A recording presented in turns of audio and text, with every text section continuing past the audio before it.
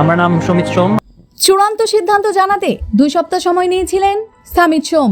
অবশেষে আজ বাংলাদেশ ফুটবল ফেডারেশনকে জানিয়ে দিলেন তিনি লাল সবুজের জার্সিতে বাংলাদেশকে প্রতিনিধিত্ব করতে চান।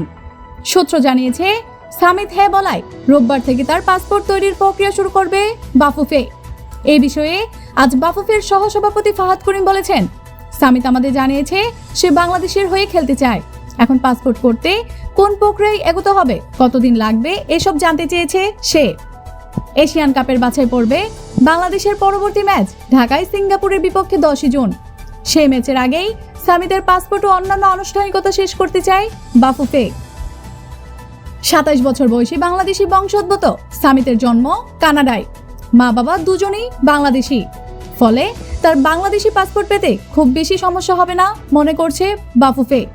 তবে সামিত কানাডার জাতীয় দলের হয়ে খেলায় ফিফার অনুমতির ব্যাপারও আছে।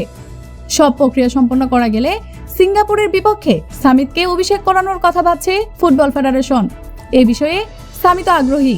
ফাহাদ করিম বলেন, সামিত বাংলাদেশের পরবর্তী ম্যাচগুলোর বিষয়ে আমাদের থেকে জানতে চেয়েছে। কানাডিয়ান প্রিমিয়ার লিগের ক্লাব কালাবরি এফসির মিডফিল্ডার সামিত 2016 সালে কানাডার অনূর্ধ্ব 20 দলের হয়ে 7টি ও 2018 সালে অনূর্ধ্ব 21 দলের হয়ে খেলেছেন 4টি ম্যাচ। 2020 সালে কানাডার জাতীয় দলে জার্সিতে খেলেন 2টি ম্যাচ। ধন্যবাদ।